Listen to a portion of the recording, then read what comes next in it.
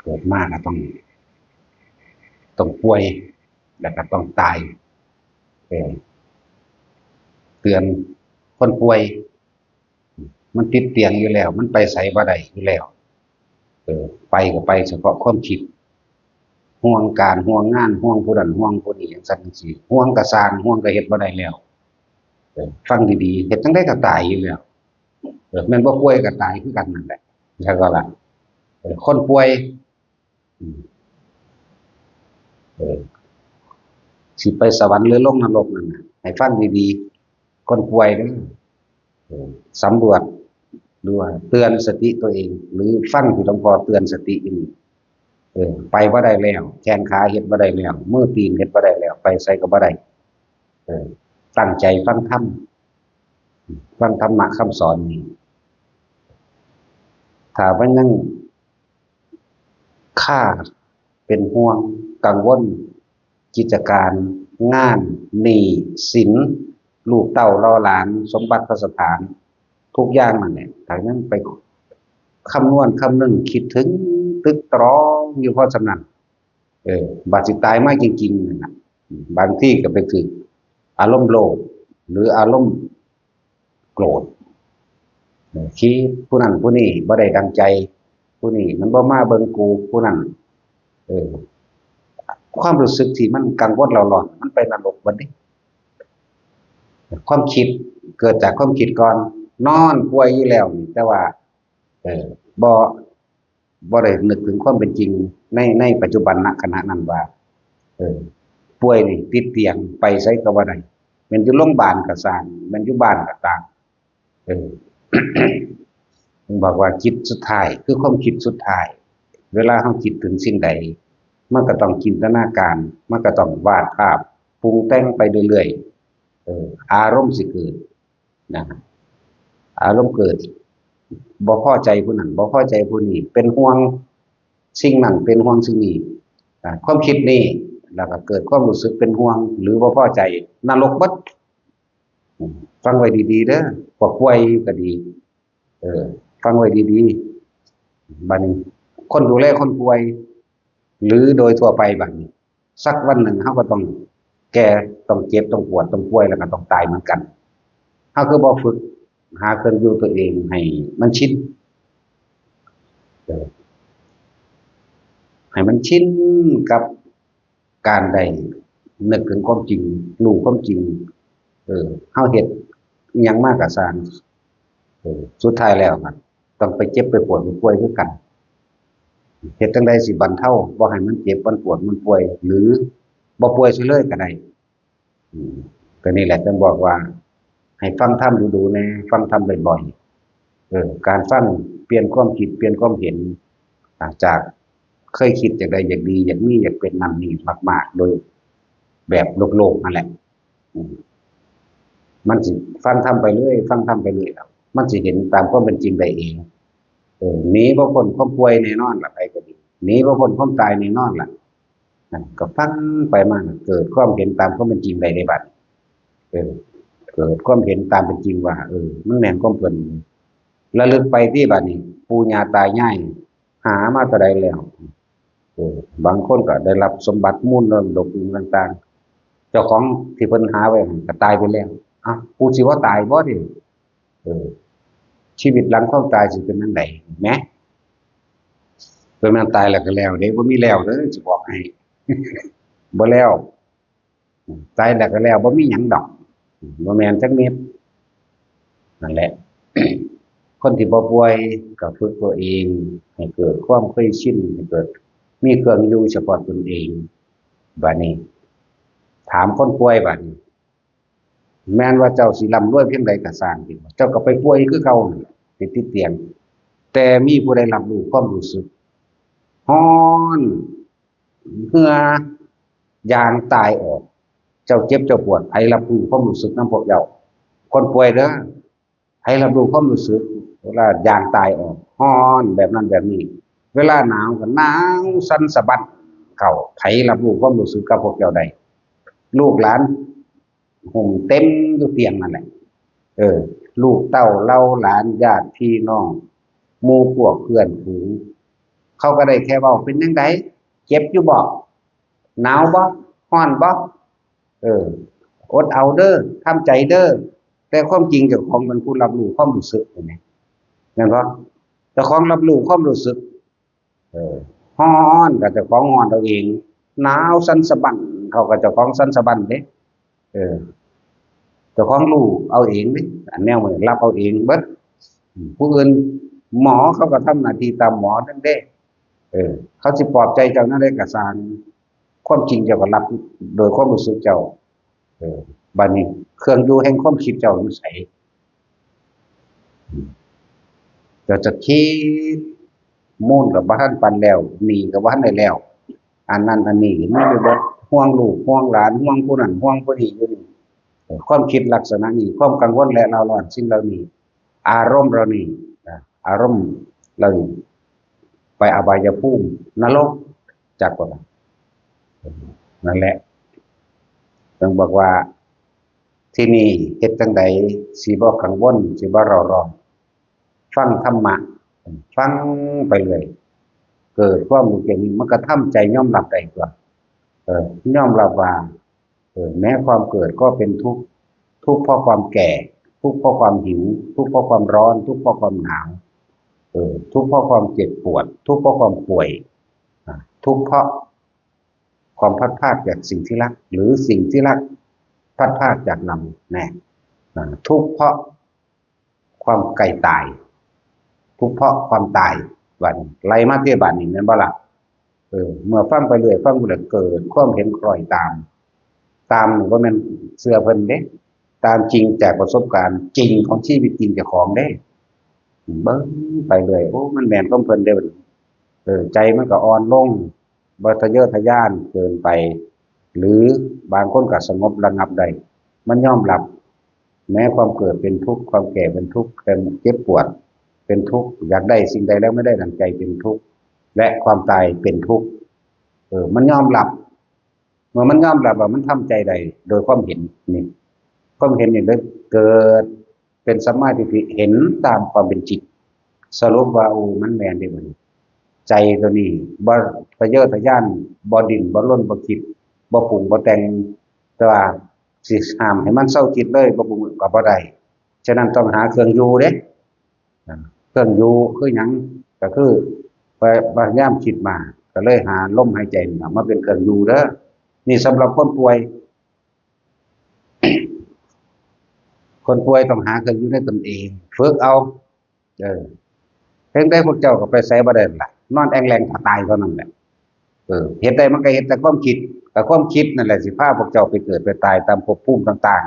ๆคิดห่วงนั่นกังวลนั่นกังวลนี่นั่นแหละสำหรับคนป่วยแต่คนบ่ป่วยก็ฟังไว้ก็เอามาเทียบกับตนก็สักวันหนึ่งเราจะป่วยเราจะป่วยเหมือนกันก็สักวันหนึ่งเราจะตายเราจะตายเหมือนกันแม่นบ่ล่ะนั่นแล้วถ้าจังซี่ล่ะถ้าเฮาฝึกจนคล่องจนชินแล้วมันก็บ่มีปัญหาความเจ็บปวดถ้าคนฝึกเป็นแล้วความเจ็บปวดทุเลาเบาบางลงถึงขั้นว่าบ่เจ็บซะเลยถึงขั้นบ่เจ็บเลยนั่นแหละมันก็ทรงฌานมั่งเข้าฌานมั่งแม่นบ่ล่ะนั่นแหละเอิ้นว่าเครื่องอยู่เป็นวิหารธรรมเป็นเครื่องอยู่ตามความเป็นจริงของเจ้าของเฮ็ดจังใดสิบ่ร้อนสิบ่กระวนกระวายเฮ็ดจังใดสิบ่คิดมากเฮ็ดจังใดนี่ก็สอนวิธีให้เฮ็ดอยู่สำหรับผู้เฝ้าคนป่วยเปิดธรรมะนั่นแหละให้ฟังเปิดไปบางที่ก็เปิดลักษณะว่าสวดมนต์นั่นแหละเป็นภาษาบาลีไปถ้าเขามักตอนนั้นก็เปิดเป็นภาษาบาลีไปเขาจะสืบสวดบทใดอาเสวนาจะพาลานังปานทิตานันจะเสวนาก็ว่าไปยานีถ้าผู้ตานี่ก็ฟังไปมันก็มวนมันก็เคลิ้มใจมันก็คล้อยตามไปนำมันก็ลืมความเจ็บปวดมั่งแล้วเลือดมันก็ลืมคิดถึงลูกเต้าเล่าหลานลืมคิดถึงหนี้สินลืมคิดถึงสมบัติสถานลืมคิดถึงเรื่องนั้นเรื่องนี้เก่าๆตัวมันก็ค่อยคล้อยเคลิ้มไปบาดมันดิ้นทุรนทุรายบาดสิตายก็จริงๆมันบ่ธรรมดาเด้อบอกให้เด้อมันคือเนื้อหนังกระดูก รู้จักว่าสีกดันสีกซีนออกจากกระดูกนี่มันธรรมดาเด้สีกหนังออกสีกเฮ้ยคนที่มันเป็นอยู่แล้วมันเข้าใจดีที่อย่างนี้เดียวโอ้ยทรมานเลยคือจังมีอย่างสีกหน้าอกเข้าออกกีกออกเหมือนกันว่าฉีกเนื้อออกจากกระดูกธรรมดาบ่แต่ถ้าคนฝึกแล้วเขาสิบ่ดิ้นรนทุรนทุรายเขาสิบ่ส่งเสริมการปรุงการแต่งยิ่งคิดมากยิ่งเจ็บยิ่งปวดยิ่งคิดมากยิ่งเหมือนกับการส่งเสริมให้เจ็บปวดมากยิ่งขึ้นส่งเสริมให้เกิดความเร่าร้อนและกระวนกระวายมากขึ้นเกิดความโกรธและโมโหให้ความรู้สึกของเจ้าของเองความรู้สึกของกายเองมันเกิดเพราะว่าความคิดนี่เด้ความรู้สึกทางกายก็ดีเข้าใจบ่ล่ะความคิดนึกตึกตรองเนี่ยทำให้เกิดความรู้สึกทางกายแม่นบ่ป่วยก็สร้างเถอะนะเอาหนุ่มๆสาวๆมันคิดถึงผู้สาวผู้บ่าวมันนอนน้ำเขาเกิดความรู้สึกทางกายเบิดล่ะแม่นบ่ล่ะบ่ว่าผู้หญิงก็ว่าผู้ชายล่ะผู้หญิงก็หิขึ้นอยากเชิงผู้ชายก็คือกันอยากเชิงคือกันเกิดความรู้สึกทางกายบ่ล่ะนี่ขนาดบ่ป่วยเด้นี่แม่นบ่ล่ะห้วยเทียบปานนี้ก็เว้ยเนาะถ้าผู้ป่วยได้บัดนี้ห่วงนั่นห่วงนี่โอ้ยเห็นแต่ผู้เศร้าเจ็บแม่มึงแท้หังเจ็บแม่นบ่หังเจ็บเด้อนั่นแหละมันก็ว่าส่งเสริมความเจ็บปวดทางกายมากขึ้นเจ็บปวดเข้าสู่ความรู้สึกจิตวิญญาณเจ้าของเองเข้าไปบ่รับรู้ความรู้สึกเพราะว่าหยังตัวคิดน่ะตัวส่งเสริมมันก็กระตุ้นอยากให้เจ็บกว่าเก่าเด้น่ะเนาะนั่นแหละมันบ่มีหม้องว่างจิตว่างใจเห็นบ่ล่ะบ่มีหม้องว่างความคิดพอปานนี้ละคนเฮาก็ทุกข์เพราะว่าคิดนั่นแหละสุขก็เพราะว่าคิดสงบเย็นใจลงก็เพราะว่าเพราะคิดจังว่ากันนั่นแหละอย่าลืมว่าบ่มีผู้ใดไปรับรู้คนป่วยนี่บ่มันไปรับรู้ว่าเจ้าฮ้อนแบบนั้นแบบนี้เขาก็ฮ้อนธรรมดาคือกันคือฮ้อนอากาศธรรมดานี่เด้มันบ่แม่นฮ้อนแบบไหม้เข้าไปเด้ถ้าหนาวเด้หูยมันหนาวไปในเยื่อกระดูกเยื่อในกระดูกจักว่าล่ะมันเป็นธรรมดาเด้คือกระดูกก็สิแตกสิ้นหนังเนื้อคือสิถูกฉีกออกเด้นั่นแล้วพวกเจ้าส่งเสริมมันโดยการคิดยิ่งคิดมากก็ทั้งเจ็บทั้งปวดแล้วก็ระบายออกมาทางกายนั่นเห็นบ่ล่ะระบายขอกว่าท่านความรู้สึกทางกายแบบเดี๋ยวก็ด่าเพื่อนด่ากับผู้นี้นี่ด่าออกมาทางปากเลยบางคนก็ถีบบางคนก็ฟึดฟัดฟึดฟัดบางครั้งจนเขาได้ผูกแขนไว้เห็นบ่ผูกแขนผูกแข้งผูกขาผูกติดเตียงไว้นั่นแหละเพิงอย่างนั้นแล้วก็ด่าคนอื่นร้องเขารำคาญมันบ่ไหวเขาฉีดยาสลบเนาะจังซั่นแหล้วแต่คนที่ได้ยินฟังธรรมมันสิลืมคิดถึงเรื่องต่างๆนำบาปนำลูกนำหลานนำทรัพย์สมบัตินำเรื่องต่างๆมันจะเคลิ้มมันจะเพลินไปนี่ก็ไปตัดความคิดอย่างหนึ่งออกเขาจะว่าอะไรบาดนี้ยิ่งฝึกหัดปฏิบัติรู้ลมหายใจเข้าออกไปพร้อมทรงฌานเป็นรู้ลมหายใจเข้าออกได้มีความรู้สึกเกิดขึ้นระหว่างหน้าผากได้นี่ความเจ็บปวดตรงนั้นหายไปหนึ่งความเจ็บปวดตรงนี้หายไปเป็นสองอย่างนี่บางประเภทเข้าใจธรรมลึกซึ้งและมุ่งเน้นเอาเฉพาะตนปุ๊บเจ็บปวดก็ได้ใดก็สร้างมันสิลบเก่าชั้นหนึ่งสองสามไปเลยฮอดเข่าไปเลยเป็นชั้นสี่คนตัดขาดความรู้สึกดีว่าดีความเจ็บไข้ได้ป่วยหายอันนี้เป็นของไม่แน่ขึ้นอยู่กับผู้เฮ็ดแต่ว่าล่ะถ้ามันดับปึ๊บได้จักเทื่อเถอะนะมันเศร้าดอกมันต้องต่อขึ้นมาเองดอก ดับปึ๊บคือเข้าชั้นสี่ตัดขาดความรู้สึกทั้งตาทั้งหูตรงนี้ตาก็บ่เห็นหูก็บ่ได้ยินแหมมันสิไปอยู่อีกหม้องนึงลงๆว่างๆดอกนี่ลืมเบิดล่ะความรู้สึกทางกายจบถ้ามันตายก็ตายไปโลดถ้ามันตายแบบบ่เจ็บบ่ปวดนะถ้าตายในการทรงฌานนั้นปฐมฌานอย่างน้อยก็พรหมโลกปริสัชชาปโรหิตานั่นถ้าสองมาก็พูดแล้ว ระหว่างสั้น3 4 5 6ไปถึงได้บัดน่วงอยู่กลางคิ้วกันหน้าผากแล้วขนลุกสู้ซ่าอยู่ก็ตาม อืมหรือมีอาการปลื้มจิตอิ่มใจเบิกบานอยู่บ่สำนึกก็มีเวลาเลือกเอาอันถ้าไปหันแล้วเบิกบานมันลืมเรื่องทั้งโลกมันลืม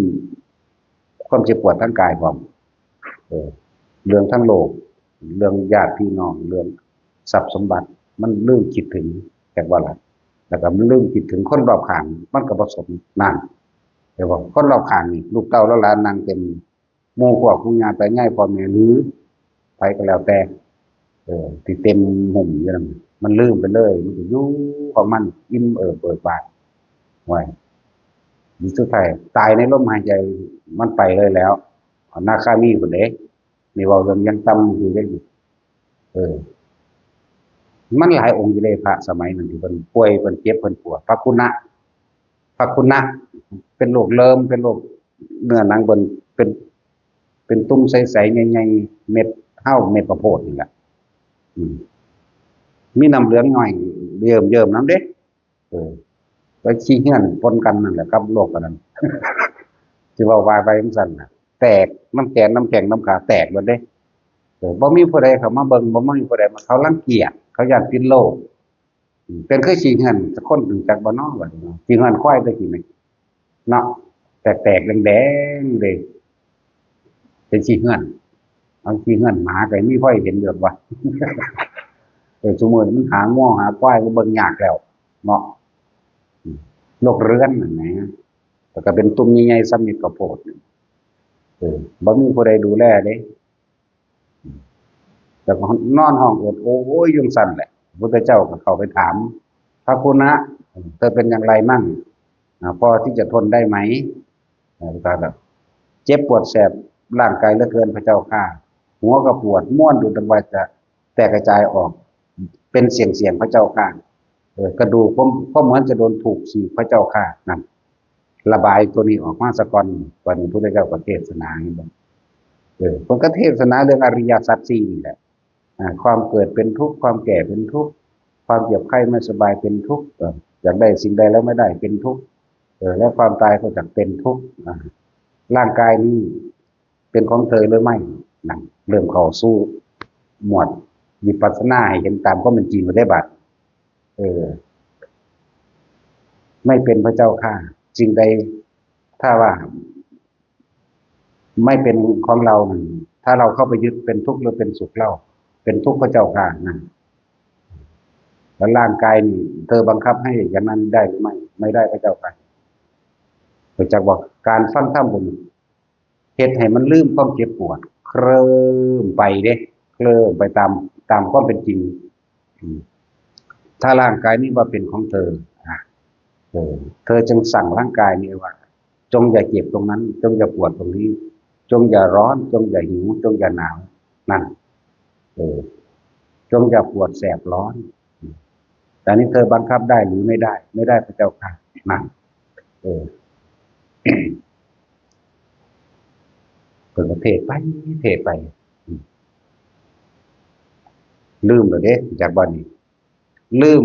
ความเจ็บปวดในการเป็นนึกถึงหม่องมันแสบขานี่ก็แสบลืมคิดถึงเทศไปบัดนี้พระพุทธเจ้าก็เลยบอกอานนท์เอาผ้ามาไปซุปน้ำมามันคลายลงแล้วเด้จากบ้านนี้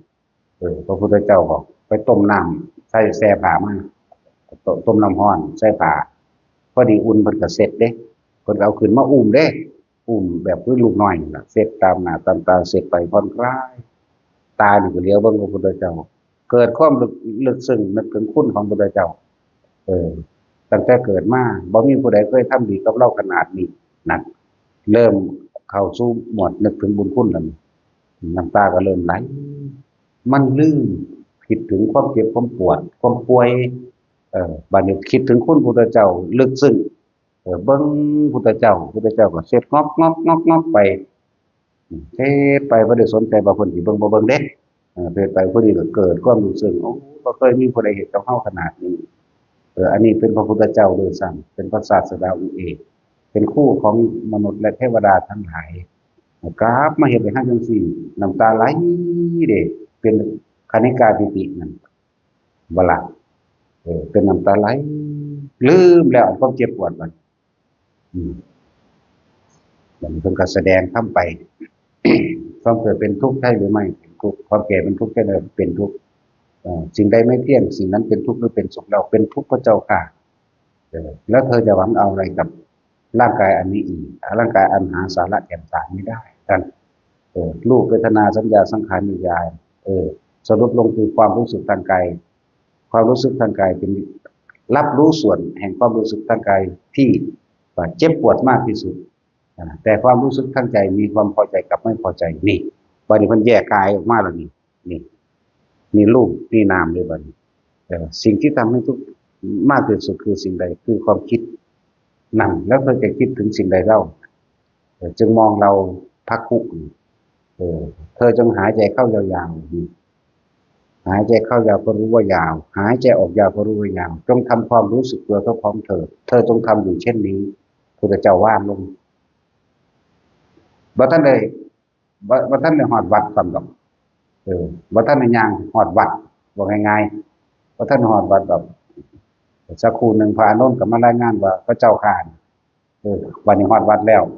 แต่พูดถึงว่าผู้นั้นตายในระหว่างพุทธเจ้าย่างเจ้าพุทธเจ้าย่างหอดวัดหอดกุฏิแล้วพระอานนท์ก็ฮู้ว่าตายแล้ว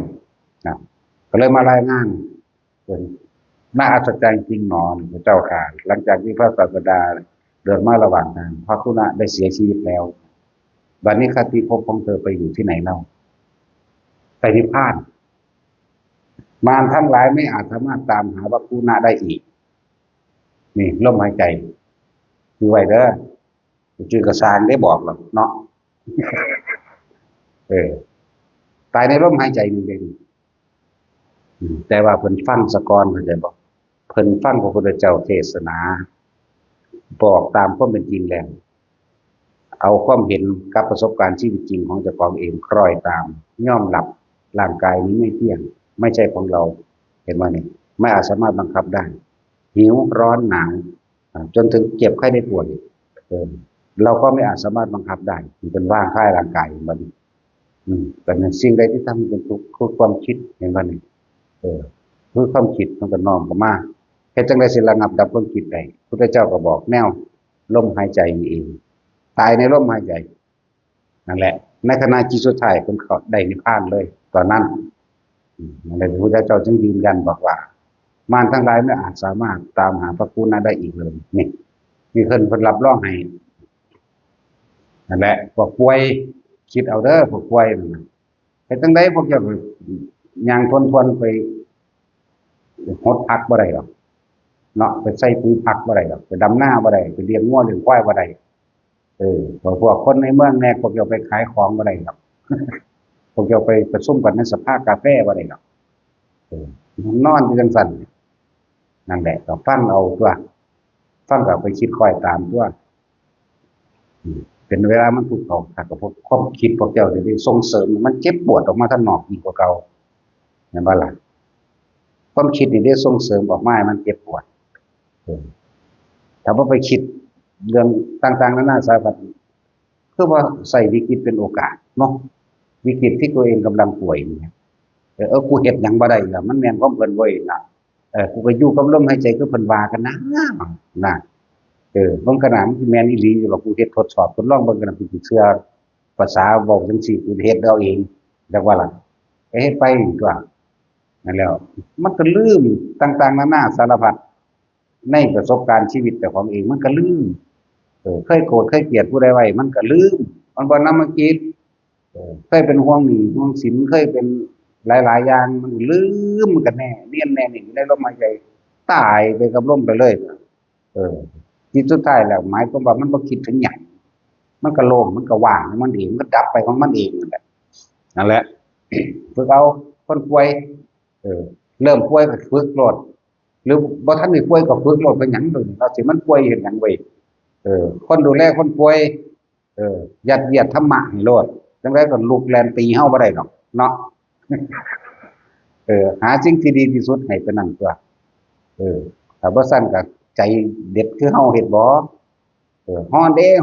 นั่นเอาผ้าห่มทับเอาโลดเบิ่งกูดูผู้ใดสิช่วยได้หนาวเด้ดึงผ้าออกสาดน้ำแข็งใส่เลยเอ้า ไผสิมารับรู้นั่นจะเจ้าบ่ซอยตัวเองแม่ว่าล่ะเจตนาบ่มีแต่ว่าแสดงธรรมแม่ว่าล่ะถามเบิ่งติว่าไผสิฮ้อนกับนำเจ้าพวกเจ้าฮ้อนออกมาเจ้าคิดนึกเจ้าปรุงเจ้าแต่งฮ้อนเด้หังฮ้อนกว่าเก่ามันอยู่ตาขวางสั้นทิลีไปอย่างเนาะหนาวเด้ก็ดึงผ้าห่มออกเปิดพัดลมพร้อมสาดน้ำเย็นใส่น้ำเนาะเอาน้ำแข็งมันละลายมาใส่โหลดมันสักตายไปเลยโหลดจังบ่ลำข้างกันแม่เขาก็สิเข้าใจในความรู้สึกอีกน่าจะธรรมะแท้ๆกันว่าล่ะใครรับความรู้สึกได้บางทีนี่ห้องเฮ็ดหยังว่าด้วยนั่นแหละเราคนป่วยก็ว่าเอาเราผู้ดูแลคนป่วยก็เหมือนกันต้องมีวิธีตัวมีวิธีเปิดพระเจ้าสวดมนต์ธรรมจักรเปิดบทสวดมนต์บทนั้นบทนี้ทำวัดหรือยังก็แล้วแต่เปิดให้เธอให้มันลื่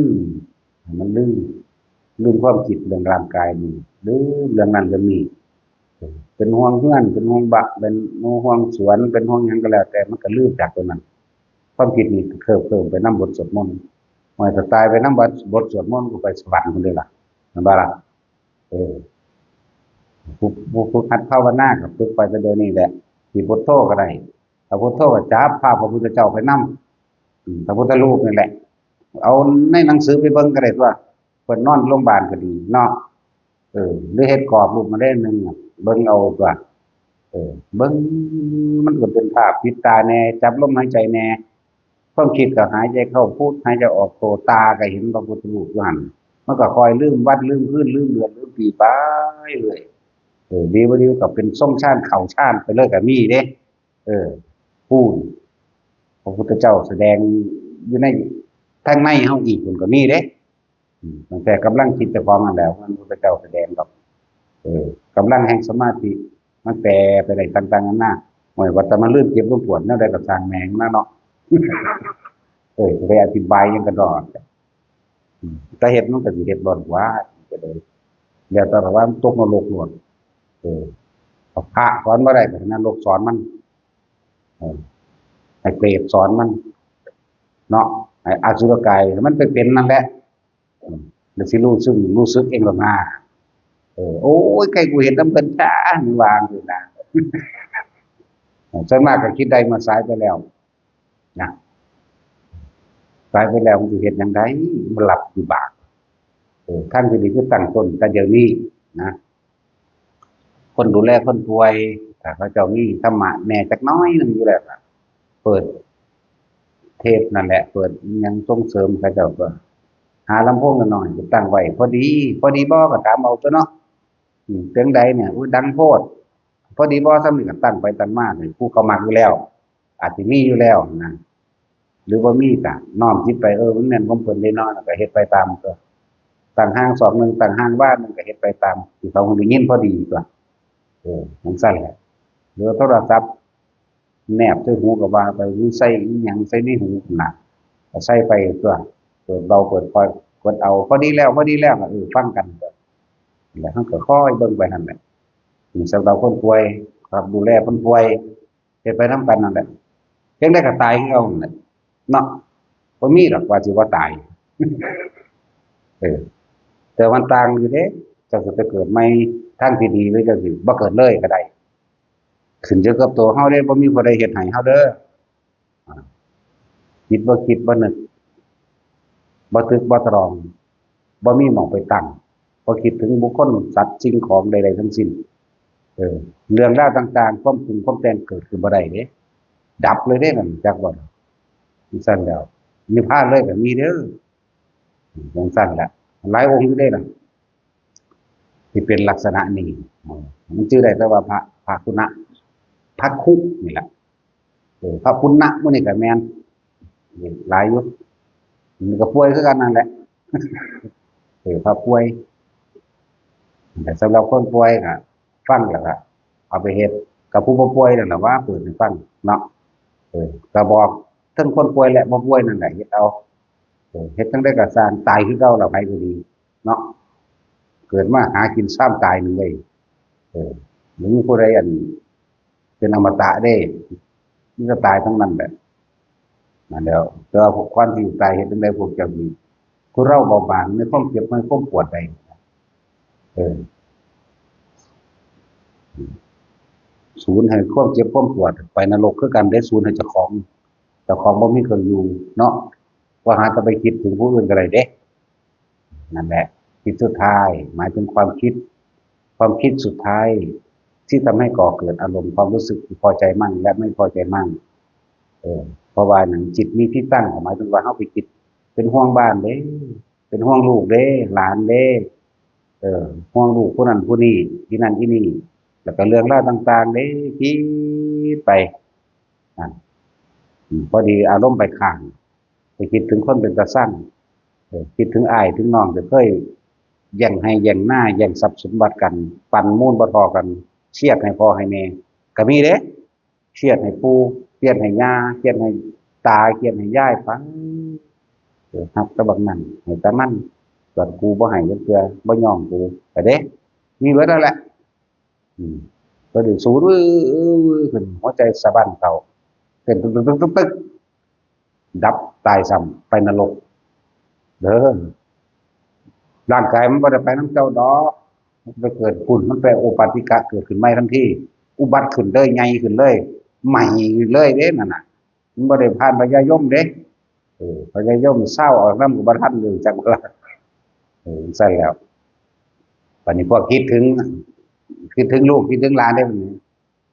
พูนโอ๊ยถ้ากูตายผู้ใดสิเบิ่งให้กูน้อเด้ห่วงเด้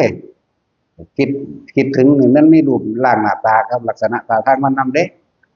เอออย่าเกี่ยวขี้เกี่ยวคิดถึงหลานอีกเนาะแล่นตำพุ่นแล่นตำพี่คิดถึงแล้วมันท่าแป้งท่าตำหน้าน้ำหัวโปะแล้วก็กวาดเล่นน้ำพื้นบัดนี้ใครสิเบิ่งกูเด้แม่ตายปานลูกแล้วเด้เลยอาเสือกตายซ้ำก็ไปหามันเด้บาดนี้แบบนี้ไปจับมันใจแม่มันและล่ะบายจังไดก็บ่ได้ติก็เอาหยังน้อบ่ได้ไปเห็นใครขี้เกียจโอ้อันนี้แหละนิดเดียวเข้าไปแล้วมืดตึ๊บแล้วออกมามันก็เจาะตะหลางมันยังจื้อได้เลยหม้องนั้นใครขี้เกียจก็ไปเกิดเป็นขี้เกียจพอดีสมส่วนกันกับจุติจิตก็คือเอิ้นว่าอันทชะเกิดในไข่ขี้เกียจก็ตามคันธพะบางคนก็ไปเกิดในท้องหมาท้องหมาท้องงัวท้องควายคันธพะเกิดในครรภ์เกิดในท้องคำว่าคันธพะพวกพดุงคันนั่นภาษาบาลีเบิดตัวหมอเอามาใส่อยู่นั่นแม่นบ่ล่ะมาแล้วคันธพะเรื่องคันธพะเกิดในท้องเกิดท้องหมาก็ตามหมูก็ตามงัวควายก็ตามพวกเกิดในไข่ก็เอิ้นอันทชะคืออันทะคือไข่หำนั่นแหละทางบ่แม่นไข่แบบนั้นเข้าใจว่าล่ะเรียกว่าไข่เฉยๆมันจังชื่อง่ายว่าซั่นมันชื่อบ่เป็นอันทะเนาะมันต้องเข้าใจง่ายพวกผู้หญิงเว้าละมุกตลอดว่าไปไสล่ะหำแน่เนาะแต่เฮาว่าหีในคันว่าเฮาเว้าละมุกโอ้ยอีห่ามันก็ไปไสหำเฒ่าปานใดก็เอิ้นพ่อใหญ่หำปู่หำ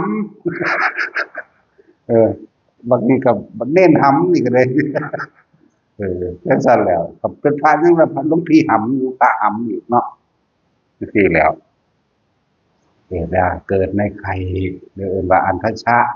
ถ้าเกิดในครรภ์เป็นจุติในครรภ์เอิ้นว่าคันธพะถ้าโอปาติกะคืออุบัติขึ้นเลยใหญ่ขึ้นเลยเปรตสัตว์นรกสุรกายมื้อนี้ใหญ่ขึ้นเลยเด้และเทวดาภูมิเทวดาลุกะเทวดาต่างๆเรียกว่าโอปาติกะคืออุบัติขึ้นเบิดพูดฮอดพรหมมหาพรหมไปหรืออรูปพรหมก็ว่าไปอุบัติขึ้นเลยก็ใหญ่เลยจังซั่นแล้วแต่ส่วนมากมันบ่อยากไปทางสูงดอกไปทางต่ำคือยายเกี่ยวเราคิดถึงหลานเราเนาะมัดผมล็อกจอกขึ้นเด้ตาใสปิ๊งอันนี้แทบเต็มแม่อันนี้เอานี่เบิ่งดูนี่พวกนี้เอาเต้นก็เปิดเพลงมันเต้นส่วนหลานของหลานก็มันก็เต้นหัวเนาะโอ้ยใครสิเบิ่งหลานเนาะสิเบิ่งลูกกูเด้แม่ตายนี่ทั้งให้ทั้งว่าไปเด้เสือกตายซ้ำจังซั่นเนาะดีบ่ดีไปนรกพุ่นเด้อล่ะ เอออารมณ์เนี่ยเป็นตัวพัดเป็นตัวไปอืมแต่ห่วงอันนั้นอันนี่ก็ไปอยู่ไกลมันยังว่างจับมันบ่ได้ที่บัดนี้แต่ของเป็นล่างโป่งแสนหรอกจับก็ว้าวโดนแล้วสิไปจับพุ่นสิไปจับพี่บ่ได้ที่เอาอย่างน้อมาสู้มันจังสิจักว่าแม่มากก็ยังว่าใครเขาใครขี้เกียจมันเขาไปในไข่ไก่มันมือตึบเออไข่แมงมุมมันเนาะนั่นแล้วท้องหมามันลังมีหมาอยู่ท้องหมามันเป็นเห็บหมามันก็มีเด้อย่าลืมเด้ว่าธรรมดาเด้อเห็บหมาเป็นเฮาบ่เป็นให้บ่พุ่นน่ะโอ้ยสารพัดที่สัตว์ที่ไปเกิดนั่นแหละ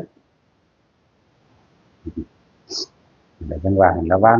ความคิดเออระวังความคิดบ่ว่าสิอยู่กับมิตรบ่ว่าสิอยู่ในผู้เดียวเอออยู่คนเดียวระวังความคิดอยู่กับมิตรระวังวาจาก็ระวังความคิดนั่นแต่ระวังความคิดอย่างเดียวแล้วบ่มันบอกไปมันก็บ่เบาถึงจะเนาะแต่ฟังได้ดีเด้อพวกใดแหมตุตุอะตะอย่างนี้เออเอามันมากอดสะอ่อนมันเด้มันเข้าถึงจิตวิญญาณเลยบ่นี่เฮ้ยมันลึกคือหยังได้แบบกูคันแขวเด้เอามากอดเอาแก้มถูดมถูดังถูปากมันนั่นแหละถูไปน้ำตีนน้ำแข้งน้ำขาน้ำดากมันเนาะเป่าท้องเป่ามันบับนี่แหละไอ้สะอ่อนแห้งมึงระวังดีๆพวกนี้เออมันในขนาดนั้นเด้อมาแล้วระวังตกนรกกับระวังสัตว์เดรัจฉานมันบินมินกันเด้มาแล้วจะทำคนเดียวกันฝึกบ่เกิดเป็นไก่มันแบบเนาะเออมันมืดตึ๊บสามสินมันก็บ่ได้บัดนี้นั่นว่าล่ะสามสินเด้มันบ่เดือนครึ่งปานกินแมงมันบ่ออกมาแล้วปุ๊บไก่ตัวนั้นที่แรกก็ไปหากินน้ำแม่เยอะก็กกแม่เอิ้นไปเกียกินพอใจเห็นนั่นเพิ่นชื่อได้ปั๊บแล่นหาเลยเด้แล่นนำเลยคลิกๆๆๆแล่นนำคนไปจิกตีนไปจิกนั่นจิกนี่ห่างเทื่อถูกหลานย่านว้ายๆๆก็ตีนถือมั่งตายซ้ำก็มีตายแล้วอารมณ์โกรธเลยนรกซ้ำก็มีนี่ต่อกันไปเลยเด้อความคิดมันมีเด้เครียดมันว่าหลานตีกูเจ็บปวดจังนั้นมันลงนรกซ้ำนั่นไปแนวใหม่ต่อเลยเห็นบ่ซั่นแหละจากเป็นเดรัจฉานไปตกนรกแนวได้ปุ๊บอันนั้นก็เยอะแยะอยู่เด้อนะคือพระโมคคัลลานี่ตอนเพิ่นเป็นผู้สีม่านสมัยพระพุทธเจ้าบุตรศรีเนาะตกนรกสั่น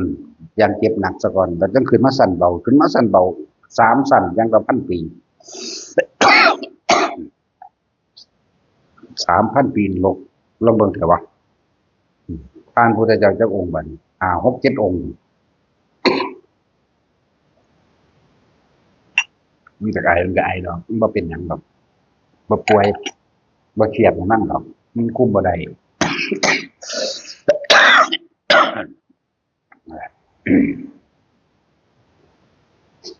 คนป่วยระวังดีๆก็สิตายกันล่ะคนบ่ป่วยก็ใกล้ตายคือกันสิที่รถไปดีๆงั้นไงมันโดนส้นปวกตายกันก็มีเด้แต่ว่าใจเจ้าจุดหมายพวกเจ้าตอนพวกเจ้าขี่รถไปอยู่ไสสิมองทำงานบ่หรือสิคือกับคนที่คิดถึงบ่มันไปหาคนคิดถึงเด้ลักษณะนั้นแง่นไปเออบางคนครับผู้เดียวก็อยู่กับงานบางคนก็คิดถึงศูนย์ให้มันเครียดพอดีรถชนกันปุ้งตายซ้ำโมโหนั่นนรกเบิดจากใดนั้นจากใดนี่เปรตปานนี้คิดถึงคนที่จุดหมายเฮาสิไปหานี่อันนี้ยังอยู่ในระหว่างจักสินรกหรือจักสิสัตว์เดรัจฉานเด้อันนั่นแหละเป็นห่วงมันเป็นห่วงผู้นี้ไปเล่นน้ำหมู่โอ้บัดเกิดเขานัดกันไปคิดถึงหม่องมันม่วนไว้แล้วพวกนี้ส่วนมากก็เป็นเดรัจฉานส่วนมากคิดถึงหน้าหมู่ไว้เนาะโอ้ยปานเขาเปิดอันทีนี้เราบ่นั่นนี่ไปแล้วเนาะ คิดถึงหม่องสิไปเลี้ยงกันงานวันเกิดน้ำเทกน้ำบานนะจังซั่นเด้ตายแล้วรถชนปั๊มตายก็เลยไปเป็นหน้าแดงครึ่งเรื่องเขาก็มีได้บัดแต่บ่ได้หูมาเด้พวกก็ทักผู้นั้นทักผู้นี้คือกันเด้เขาบ่ปากน้ำศูนย์ลงนรกเลยต่ออีกหนึ่งก็มีเด้นั่นแหละโอ้ยเป็นตาย้านเป็นหยังนี่เนาะของบ่ย้านดอกว้าเขาบ่เคยเห็นเออผมผู้มันเคยเห็นอยู่แล้วมันบ่นั่นเด้เขาบ่เชื่อนั่นแหละบ่เชื่ออาจารย์บอกเว้านำกูเนาะแต่โดยมันต้องกูมาวัดซุมื้อนี่จักสิไปนรกหรือสิไปเป็นเปรตระวัดดีๆแล้วพวกนี้พวกกันหมู่บ้านกินแล้วอยู่หอบใส่ถุงใส่ไผไปแล้วแต่เอาไปให้คนป่วยมันก็อยู่เด้พวกผู้นั้นมาบ่ได้ผู้นี้เป็นนำกันจังซี่เอาไปกันแต่ว่าคิดมันเล็งไปใส่ผู้บ่จักหยังคันหมอผมพอแห้งอยู่พวกเฮ็ดงานในนี่แล้วบ่ได้กินเนาะพวกอันหยังบุเบิดแนวสิเว้าน่ะมันเป็นอยู่คือเก่าหลายไปเลย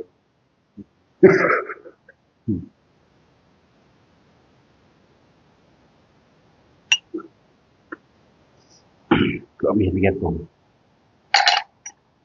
ที่เขาอยู่ในนี่นำกันอยู่แล้วว่าเฮาต้องเพื่อกันดอกเนาะแต่คนป่วยคนหยังบ่แลอยู่พระเฮาก็นี่จัดอาหารไปให้กันเอาคนละอย่างอยู่ดอกครับพระบางคนพุ่นเร่งใส่ว่ากูสิไปกินเที่ยงกูดำหน้าขึ้นมาเนาะหรือว่าเอาไปเพื่อกันผู้บ่มามีประโยชน์อิหยังในวัดก็เลยทำไป เพื่อหมานำข้างนอกก็มีเด้เนาะเลี้ยงหมาคือกันเอาอีกก็บอกโอ้ยหนีซะหน้าแต่ยากหลายประเดเนาะก็สิมาเอาบุญกับหมากันเอาหมาเมื่อเอาไปเฮ็ดฟาร์มอยู่สุดโลดแม่นบ่ล่ะซั่นก็พวกบ่ต้องมาเมตตาเอาของผู้อื่นเมตตาดอกลองใส่กำลังเจ้าของมึงเนาะนั่นแหละมาเบียดเบียนหมู่คนบ่ทันได้กินคุณน่ะเอาไปแล้วหอบไปแล้วลามไปหันด้วยบาดหรือเอาพระหรือสิเอาหมานั่นถ้าสิเอาหมาก็เอาไปไว้บ้านเจ้าของได้เว้าอยู่หลายครั้งเบื่อว่ะเนาะหนีซะคนผู้หนึ่งมันเบื่อว่ะถ้ามันเป็นแมงจริงๆมาทำอิหยังแบบนี้มันมาภาวนาเพื่อไปนิพพานคือไปเป็นหมาส่วนเราอยู่ในนี่ก็ปันกันกินตัว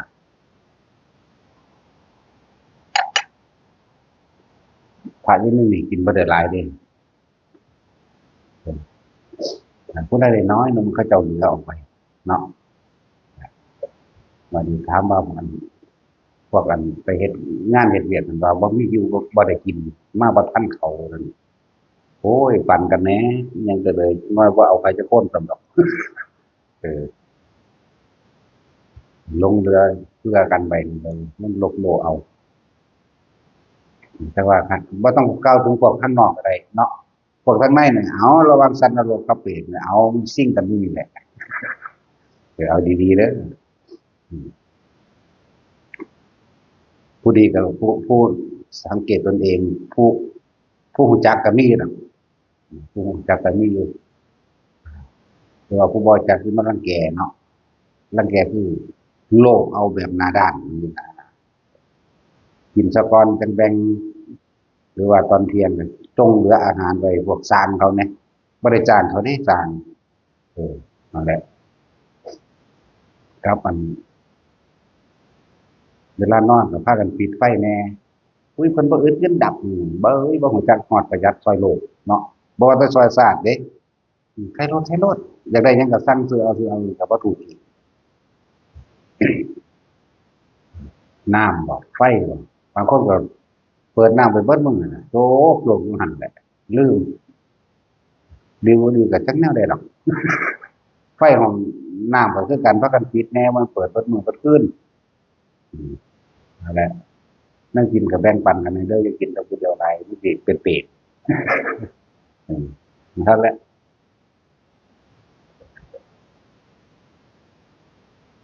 นะครับก็เป็นเพราะว่าเฮาเบิ่งแล้วมันถ้าเห็นแก่ตัวเราเห็นโดนแต่คิดบ่ได้รับเทคโนโลยีเนาะบ่เอาซะเลยอีหลีเด้อืมแต่ว่าอันพวกนั้นไปฝึกมาเด้พวกเขาซี้อยู่แล้วบัดนี้มาเริ่มเป็นจังซี่นั้นบ้ากูจะเอาแนวใดอีกเนาะนั่นแหละระวังเด้อกินเกลือก็แพงอาชีพก็เท่ากันแล้วก็พระเฮาก็เฮ็ดคือกันแหละครับพระบ่ต้องเอาไปเพื่อไผดอกนอกจากผู้ป่วยเบิ่งกันกินทีเดียวคือกันบ่แม่นบ่เอาขึ้นมาไว้เบิดแล้วบ่ผมคือรสน้ำปลาพวกกระทะกระเตอะหรืออิหยังข้าวสารอาหารแห้งเอาขึ้นมาไว้เบิดเลยกินทีเดียวน่ะพอแล้วอืมนั่นแหละเพิ่นถึงพิจารณาอาหารมาตั้งอยู่อิหยังล่ะภาษาบาลีมันนั่นน่ะให้พิจารณาอาหารคนกินครั้งเดียวนี่มันเป็นผู้มีอาพาธน้อยพร้อมเฮ็ดอิหยังก็เบาเอออดทนต่อการเดินทางไกลพร้อมเด้มันหลายอย่างอยู่ดอกลืมแบบมัจฉเนโพธิตันติตาอย่างนี้ล่ะอันแหละก็เท่ากันแหละก็ผ่านกินคือกันแล้วก็ปลาบ่ต้องหาน้ำปลาดอกบ่แม่นข้าวเบิดน้ำตาลเบิดเด้ผมว่าเฮ็ดเบิดปีนี้มันก็ตายแล้วเนาะเออคืออันต้มมาม่าอยู่แนวใดหรือทอดไข่อยู่มันกินออกเด้เนาะต้องเฮ็ดแนวมันบ่มีกินแต่เฮาฝึกได้ก็ซ้ำกันแหละกับพระเด้อแต่คนป่วยบ่ว่าอันเก็บไว้ให้กันดูแลรักษาถ้าผู้ใดเจ็บไข้ได้ป่วยก็บอกเขาได้บอกแอดมินเอาบอกกันแต่งกันไว้แต่อีหยังละอีจันบอกมันให้ดูแลส่งรถโรงพยาบาลคนป่วยน่ะนะเอาไปส่งหม้องหันหม้องนี้นะบอกกันบ่ว่าไปนอนเครียดหรือว่าคนก็บ่ได้เบิ่งไผเด้เบิ่งตัวเองตัวเนาะที่สำคัญแต่ว่าให้หลวงพ่อไปเบิ่งนั่นสินั่นแหละก็บอกเขาผู้ใดเจ็บไข้ได้ป่วยดูแลรักษากันไปจำตายการอยู่การกินก็ให้มันเป็นอย่างอัตภาพที่เป็นไปน่ะนะบ่ให้คนในนี่แหละมันนั่นปานใดดอกเนาะนั่นแหละคิดถึงตอนอยู่บ้านนะตำแก้วพริกนี่ก็อยู่ได้เดะเนาะทั้งมีอย่างเดียวแม่นบ่ล่ะอันนี้แม่งลอยหน้าเลยแม่นบ่ซั่นกินคือพญานาคนะจักบ่เปลืองว่ะพญานาคแล้วเป็นแมวเริ่มหลบเอาบ่แม่นแมวดอกเพอแมวดักกินปลาทูอยู่ต้องแบบพญานาคนะดม2-3คำไปล่ะแต่ว่าแข็งแรงเด้ใจคือผีนี่เออเป็นตาเลี้ยงไว้อยู่บ่เลี้ยงไว้ใช้กับยายคำใดแต่นั่นก็ยังคาจมอยู่เดะนั่นก็เลยแต่ว่าเฮ็ดนั่นเฮ็ดนี่เพื่อหมู่ก็จมให้คนอยู่เดะเนาะอืมนั่นอีนี่บ่อยากให้มันว่าเด้ปานนั้นว่าทำทานมันสิเป็นหมู่ทำทานดิก็คือพญานาคนี่แปลกเบิ่งเอาในการสภาพมันเป็นไปซื่อๆเด้การกินไปห้องน้ำก็พากันเบิ่งดูๆนะเพราะว่าต้องห้องน้ำแหละหาตั้งแต่ตะข้างหน้าเปิดเบิดมื้อก็มีบ่ย่างไปบิดเอาก็มีหน้ากุดน่ะมันลืมเบิ่งดีๆนะไปห้องน้ำไปห้องนอนไปหน้าห้องหลังหนึ่งมีอยู่3หลอดนั่นแหละ4หลอดก็พัดลม5หลอดก็เสียบโทรศัพท์ชาร์จเนาะเอาเด้แม่นบ่ล่ะเออเดี๋ยวนี้เสียบกระทะหรือผู้ใดมีกาตรงร้อนเปิดเข้าไปอีกผู้ลอยกาก็ลอยคนนี่เนาะเออแล้วมันกันหลายอย่างค่าไฟเดือนนี้เดือนละ20,000หมดเด้อธรรมดาเนาะค่ากับข้าวก็มันมื้อหนึ่งเด้เออ20,000 2วัดละเด้เฮาซื้ออยู่นี่เฮาก็จะไปพุ่นพร้อมเด้ไปดอนไร่พร้อมพากันประหยัดแหน่ช่วยกันช่วยเจ้าของเองนั่นแหละนะแต่บ่มีมาก็แยกย้ายเองเนาะ แล้วเบิ่งไปเรื่อยๆเนี่ยเรื่องหมานี่นะครับถ้าเลี้ยงเป็นมันก็ไข่ดอกอันนี้มันเลี้ยงบ่เป็นมันเลี้ยงเป็นเจ้าของแล้วมันก็พยายามสิโลกเอาอาหารไปเพื่อหมานั่นแหละเนาะคนบ่ทันได้กินอยู่ไปให้หมาหลายดอกให้คนกินก่อนอันแล้วบัดนี้กันว่าเฮาให้เอาอย่างสติให้พระยิ่งแต่ว่าเฮาบ่เมตตาถ้าเจ้าของเมตตาคือบ่เอาไปไว้บ้านเนาะเออเอาไปบ้านเด้อบ่ได้เมตตาหลายหลวงพ่อบ่มีเมตตาเออเป็นมาเป็นยิ่งแมงผู้เดียวเออตายแล้วเห็นว่าเป็นเลยกัดผ้าพระเพิ่นตากผ้าไว้มันนี่แต่ว่ายังว่าพระตากต่ำเบิ่งของบ่ดีพะนะเบิ่งดูมันว่าหมาดีกว่าจังซั่นคือเอาเมื่อบ้านคนก็เมื่อหมาก็เมื่อนำเนาะพออยู่นี่บ่เลี้ยงเอออาหารเขาก็เทไปแล้วตามเหงาไม้กกไม้เฮาอยู่แล้วกาก็ได้กินนกก็ได้กินหมาก็ได้กินแต่ว่ามันบ่ได้เป็นเจ้าของมันเป็นของทั่วไปแล้วก็บ่แม่นว่าให้สิทธิพิเศษบ่มันกัดคนไปใกล้พุทธที่ให้มันอยู่นั่นบ่ได้เด้มันก็หวงคนพร้อมมันก็หวงที่มันพร้อมเด้บัดนั่นแหละเว้าเรื่อยๆดอกแนวนี้เนาะมันได้ล่ามมาแนวนี้สอนคนป่วยอยู่ดีๆเอาคนป่วยเฮ็ดเอาเด้อเฮ็ดบ่เฮ็ดก็สร้างแบบว่าตายแล้วไปไผเป็นมันอยู่แล้วคนป่วยคิดเอาล่ะเว้ยคิดไปตามสภาพเจ้าของเป็นอยู่นั่นน่ะนอนติดเตียงอยู่แล้วหรือบ่ทันได้ติดเพราะตุตะบ่ได้ดอกหัดภาวนาหัดฟังธรรมเอาตัวเฮ็ดเอาเองตัวเนาะเฮ็ดจั่งใดมันก็ตายอยู่แล้วนี่คนบ่ป่วยก็ตายนะเฮาคือบ่เฮ็ดให้มันชินแต่เฮาบ่ทันได้เป็นหยังเออน้อยๆนี่มันก็กลุ่มเพราะมันอยู่เด้นี่ถือฝ่ามือบ้างถือแชบ้างเออมึนบ้างปัวบ้างอยู่เพราะตรงนี้แหละนั่นแหละแต่ว่ามันก็บ่ออกไปเฮ็ดผิดหยังกับไผเดะล่ะเนาะก็เป็นธรรมดาปล่อยไปตามไผก่อนก็ทางบ่ได้ให้เอาใจเด้ผู้ใดเอาใจซื้อนั่นซื้อนี่โทรศัพท์มาให้กูก็ทั้งด่ามึงล่ะบ่กูบ่ให้ใช้กูยังว่าอยู่บ่ทันรู้จักหยังเล่นแต่การ์ตูนนี่แหละเออเวลาเล่นมันก็เล่นอยู่ดอกแต่ว่าเวลาทำงานมันก็ทำมันธรรมดาแหละมันเป็นไปตามวัยคือเฮาเองก็บ่ได้ฉลาดอิหยังดอกก็ค่อยๆใช้ซึมไปเรื่อยนั่นแหละนะก็จะเรื่อยว่าเห็นใจอยู่เด็กน้อยส่ำนี้แต่ว่าเด็กใหญ่ถือความรู้ตลอดอืมนั่นแหละเด็กใหญ่เรียนปลุกเด็กใหญ่เด็กนักเรียนพวกนั้นมีแต่ผู้ฮู้ๆเด้3โตนั่นอืมบ่เป็นตาแต่ตัวเดียวนี่แหละตัวเดียวนี่เขาไปโรงเรียนของเขาบ่หยอกบ่เล่นกลับเขามาก็กับอ่านหนังสือของเขาหรือนอนนั่นแหละฝึกเอาเบิ่งเอาว่าสุดท้ายมาบ่มีผู้ใดเฮ็ดอิหยังให้ไปได้เด้ถ้าตัวเฮ็ดให้มันชินตอนนี้ชินอยู่กับลมหายใจชินอยู่กับความรู้สึกในกายของเองวิธีของเฮาก็คือลมหายใจนี่กับอุณาโลมเท่านั้นบ่ได้ไปเฮ็ดอย่างอื่นอีกมันสิเกิดหยังขึ้นก็สร้างอย่างนี้จากอุณาโลมและลมหายใจบัดนี้สภาวะการเกิดของผู้เข้าสู่อาการปิติแล้วแม้กระทั่งนิมิตเกิดก็ตามบ่ต้องไปประดับประดาบ่ต้องไปปรุงแต่งบ่ต้องไปนึกคิด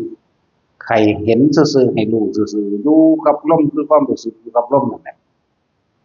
ผู้อยู่กับลมก็ลมเลยผู้อยู่กับอุณาโลมอุณาโลมเลยแต่คนมันฝึกไปเป็นแล้วบางทีความรู้สึกต่างๆมันก็ไหลไปตามหัวนั่นแหละมืดหน้าเพิ่มหน้าไปน่วงนางไปหรือบางคนเย็นไปบางทีก็ตึงไปตามหน้าตามตาบางทีก็โยกซ้ายโยกขวาบางทีก็ถ้าฟังธรรมส่วนมากอยากออกไปทางพอจิตมันย่อมเอาเองออกไปทางถ้าสาโลกว่าให้เรียกขันธิกาวิติเป็นทราบซึ้งไปในความออกมาทางน้ำตาเขาเรียกว่าให้ทางโลกเด้ก็ทางธรรมบ่ได้เอิ้นว่าให้จิตมันสงบมันปัสสติมันผ่อนมันคลายมันเห็นตามความเป็นจริงมันเป็น มันพิจารณาก็ว่ามันย่อมฟังก็ดีๆอยู่ซึ้งๆถึงเลยก็มีอืมนะแต่อยากคมปิติเอาไว้ได้มันคือคมปิติตัวนี้ได้สุดก็ไม่แก้ก็ลึกๆ2-3 ครั้งตั้งฟังแล้วปล่อยตามไปนำพิจารณาตามไปนำตัวนี้ตัวเป็นไห้นะนั่นแหละเขาบอกอยู่ตลอดเรื่องอาการปิติมันนี่ก็เลยบ่ต้องไปสงสัยว่ามันเป็นผลร้ายหรือเป็นผลดีคือหยังเกิดขึ้นจากหยังเออแค่รู้สึกตัวนี่ถ้าเราเข้าใจแค่ว่าคำว่าแค่รู้สึกตัวนี่เออแล้วก็สิเห็นหลายกว่านั้นอีกเป็นไปเรื่อยๆกว่านั้นอีกอันดับต้นแรกลมหายใจกับอุณาโลมโลดถ้าคนที่เป็นแล้วมันบ่ได้คิดถึงลมหายใจหรอกมันซื่อๆมันก็ขึ้นมาโดดง่วงๆกันมากลางหน้าผากโดดบางคนก็เย็นลึกเข้าไปบางคนก็วูบเข้าไปในกลางสมองเย็นเข้าไปในกลางสมองหัวกะโหลกเข้าไปในหัวกะโหลกบางทีก็เหมือนกับเปิดไฟเบิ่งเห็นฮอดเพดานหัวกะโหลกพุ่นเด้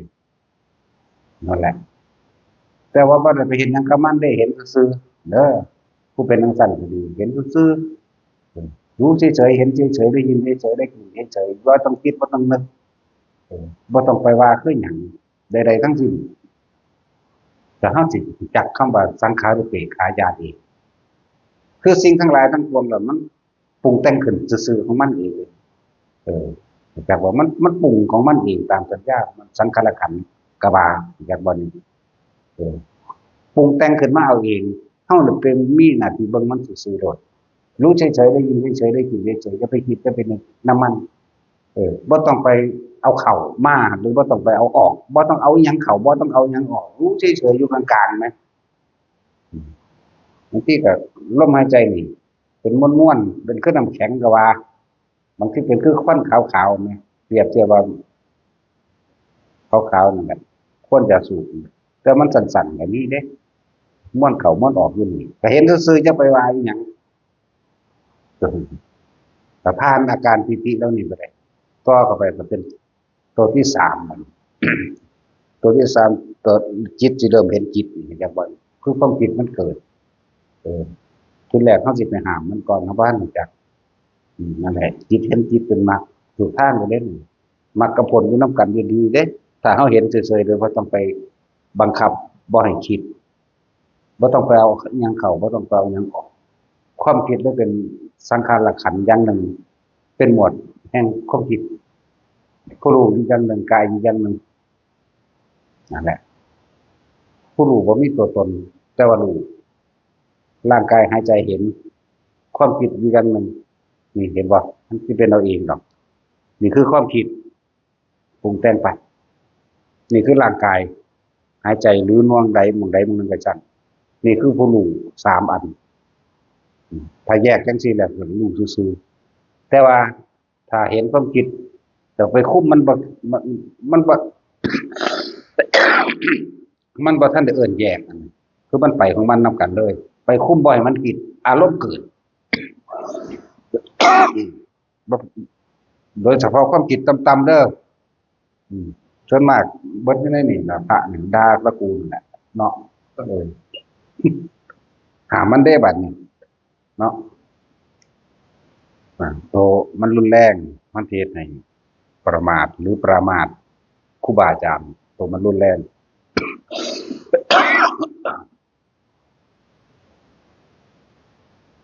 มันสิตำหนิไปเบิดบัดนี้ตำหนิครูบาอาจารย์หลายๆองค์พร้อมบ่แม่นแต่เฮาองค์นั้นเว้าก็บ่ดีองค์นี้เว้าก็บ่ถูกไปเลยเด้อันนี้คือกลุ่มห้ามบ่ให้มันเว้าเด้บ่ให้มันคิดเด้อืม เป็นธรรมดาก็ว่าหยังจึงบอกว่าทุกคนจับจุดอุณาโลมไว้มากๆโลดมันสิคิดก็สร้างอารมณ์กับอุณาโลมเป็นอันเดียวกันหรือบางคนก็บ่มีลมแต่ว่ามีอาการอุณาโลมเลยหรือแบบน้ำอยู่กลางหัวเลยนี่คือหลักสำคัญ อย่าเอาความรู้สึกออกจากกายแต่ความรู้สึกนี่ออกจากกายความรู้สึกนี่คือเนิบหน้าบนหัวมันบางทีก็น่วงอยู่ในกลางหน้าผากเฮานี่หรือเย็นลึกในกลางหน้าผาก บางคนก็เนิบหน้าบนกลางหน้าอกนี่คือความรู้สึกในกายเออถ้าความคิดมันเกิดขึ้นปล่อยมันคิดเลยเอาตัวพี่เป็นตัวรับประกันว่า เฮาบ่ได้ไปมีอารมณ์ร่วมกับความคิดถ้ามีอารมณ์ถ้าคิดน้ำมันเลยปึ๊บนี่ความรู้สึกอยู่นี่สิออกไปเกิดอารมณ์รวมเป็นภพใหม่แล้วเด้นั่นจักว่าล่ะนั่นแหละกับความรู้คิดเร็วๆนั่นมันสิคิดเร็วเพียงใดก็ตามแต่ความรู้สึกอยู่ในกายให้มีบ่ต้องห้ามนี่ล่ะสิบอกว่าบ่ต้องเอาเข้าบ่ต้องเอาออกบ่ต้องไปห้ามมันแต่ความมีความรู้สึกอยู่นี่อยู่หัวก็ตามอยู่นี่ก็ตามกายและปากก็ตามปล่อยมันคิดเลยคิดเร็วส่ำใดคิดไปคิดมาเซาคิดเอาเองดอกจักว่าล่ะมันเป็นวิธีบอกซื่อๆเด้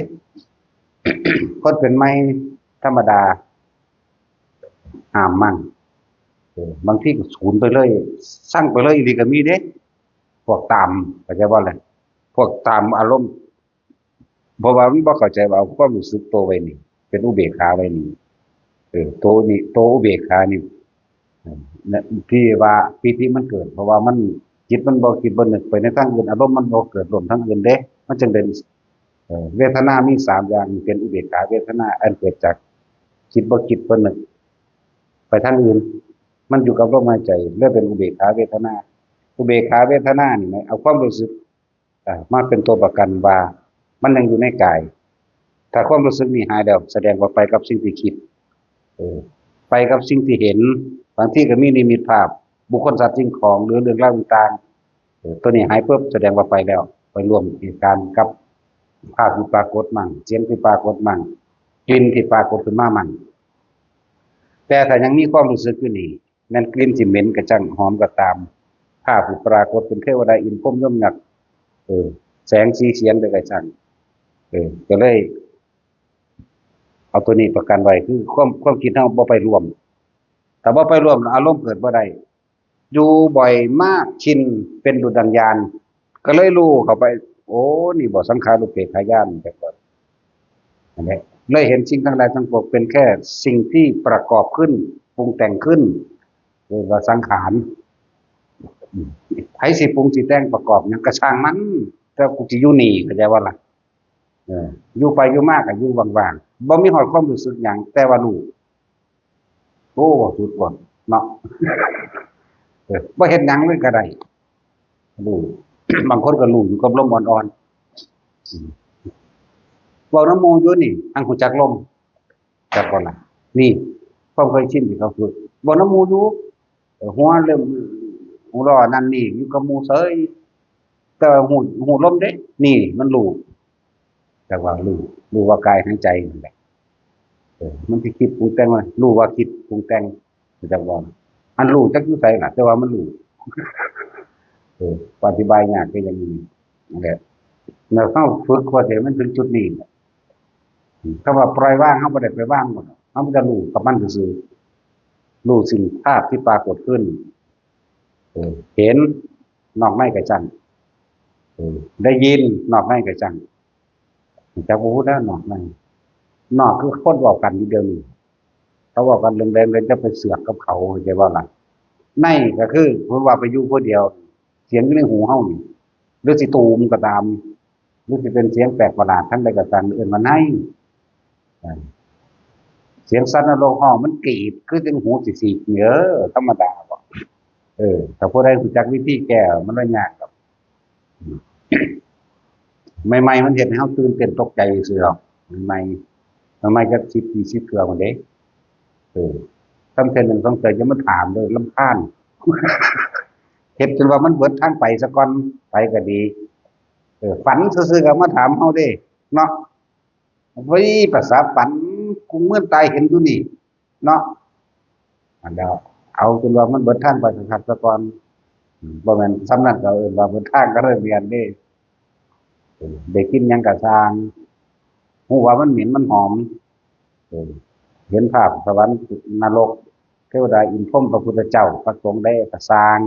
เห็นซื่อๆแต่คิดจะนึกจะปรุงแต่งบ่คือไปมันทั้งรู้นี่หั่นแหละถือว่าเป็นภาพหลวงปู่หมั่นขึ้นมาก็เห็นว่าเป็นหลวงปู่หมั่นจบพุ่นก็นั่นแหละเห็นภาพพระพุทธเจ้าก็เห็นว่าเป็นภาพพระพุทธเจ้าถึงแต่มันบอกโดยบ่ต้องเว้าก็ได้มันรู้ในหั่นแล้วรูปรสกลิ่นเสียงสัมผัสทางกายเกิดความรู้สึกหยังก็แล้วแต่บ่คิดบ่นึก แหละมันก็รู้ของมันอยู่หั่นแหละเฮาก็เฮ็ดเบิดถึงจุดนี้นั่นแหละตายแบบแบบนี้ก็บ่ต้องกลับมาเกิดจักว่าล่ะนั่นแหละจังว่าอรหันต์ก็ให้มันได้ตอนเป็นนี่แหละถ้ารู้ก็มันรู้ตอนเป็นนี่แหละมันไปรู้ตอนตายดอกมันเป็นตอนนี้สวรรค์ก็มันรู้ตอนเป็นนรกก็มันรู้ตอนเป็นเปรตรู้ตอนเป็นเดรัจฉานก็มันรู้ตอนเป็นอารมณ์ก็มันรู้ตอนเป็นเนี่ยตอนบ่ทันตายนี่แหละมันทันโอ้ยเว้าแต่ละมื้อมันธรรมดาล่ะเนาะบ่ทันเก่านี่แหละเดี๋ยวก็คือมันด่าอีก ของสมปทาน